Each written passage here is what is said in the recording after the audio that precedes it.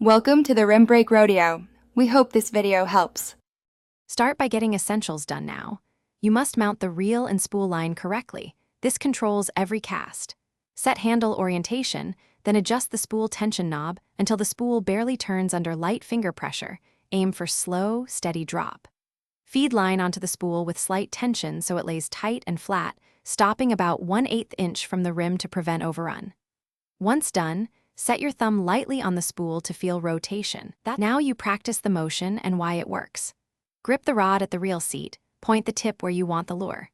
Start the cast with a controlled backswing, then accelerate forward.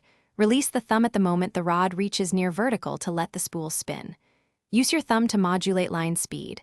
Press down to slow the spool, lift to let it run. Once done, adjust the external braking system for wind and lure weight so spool speed matches lure inertia. Finish by securing control and caring for the reel. After your cast, engage, retrieve smoothly, reel in while keeping rod tip low to maintain tension. Set drag so the line slips predictably under strong pulls. Make minor braking or tension tweaks between casts to match lure weight or wind changes. This prevents wind knots.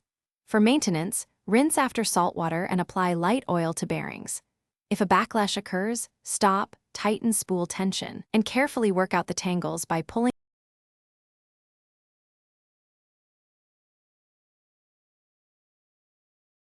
Thanks for watching. Consider subscribing if we helped you.